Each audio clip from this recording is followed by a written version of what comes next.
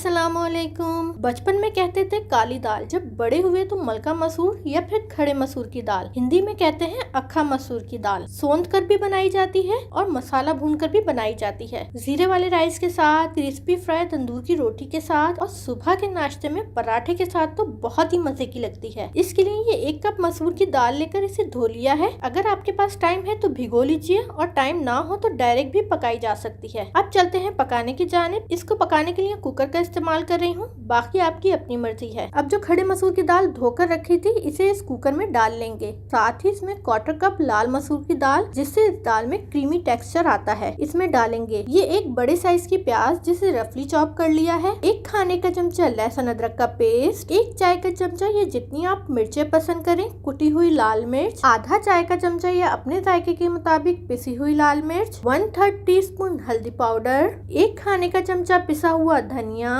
1 खाने का चमचा या जितना आप खाते हो नमक और 4 कप पानी डालकर इसको मिक्स करके इतना पका लेंगे कि डाले गए पानी में जोश आ जाए। मैंने पानी ज्यादा डाला है क्योंकि हमारे यहाँ ये दाल आधी घुटी हुई और आधी साबुत होती है। अब इस टाइम इसमें 1/4 कप तेल डालकर इसे मिक्स करेंगे और कुकर को इसके ढक्कन से बंद कर देंगे। अब इसे लो टू मीडियम फ्लेम पर 15 मिनट तक के लिए पकने के लिए छोड़ देंगे ताकि दाल मुकम्मल गल जाए। अब 15 मिनट बाद मैंने चूल्हा बंद कर दिया था और कुकर से इसका वेट हटाकर इसका प्रेशर रिलीज होने के लिए इसे छोड़ दिया था। अब इसका प्रेशर खत्म हो गया है। अब इसका ढक्कन हटाकर इसे देख लेते हैं। देखिए दाल मुकम्मल गल चुकी है और अभी इसको घोटने की भी जरूरत नहीं है। अब इसमें 1/3 कप इमली का पल्प या फिर अगर कच्ची कैरी मौजूद हो तो जितना आप खट्टा पसंद करें इस हिसाब से इसे डाल लीजिए। साथ ही इसके 2 से 3 अदद कटी हुई हरी मिर्च और 1/4 कप कटा हुआ पुदीना डालकर इसे मिक्स करेंगे।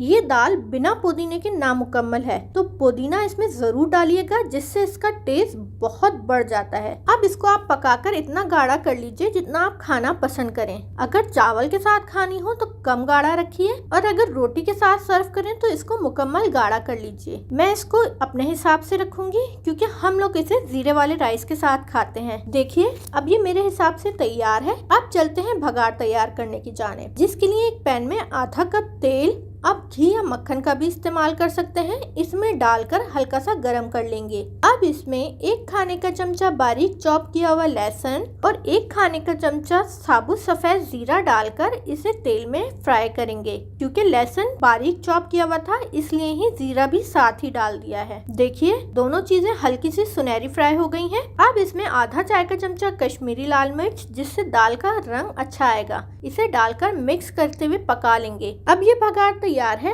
अब चलते हैं तैयार दाल की जानिब। जो बघार तैयार किया था इसे इस दाल में डालकर पहले कुकर को इसके ढक्कन से ढक देंगे, जिससे बघार की खुशबू इस दाल में बस जाएगी। अब 3 से 4 मिनट बाद ढक्कन हटाकर इसको हल्का सा मिक्स कर लेंगे। अब लीजिए जनाब, ये दाल सर्व होने के लिए तैयार है। अब चलते हैं इसको सर्व करने की जानिब। आप जिस तरह भी चाहे सर्व करें, मैं इसको किस तरह से सर्व कर रही हूँ आप देख लीजिए। अब लीजिए जनाब, ये दाल चावल की प्लेटर अचार के साथ सर्व होने के लिए तैयार है। आप लोगों के घर किस तरह से बनाई जाती है जरूर बताइएगा। शुक्रिया।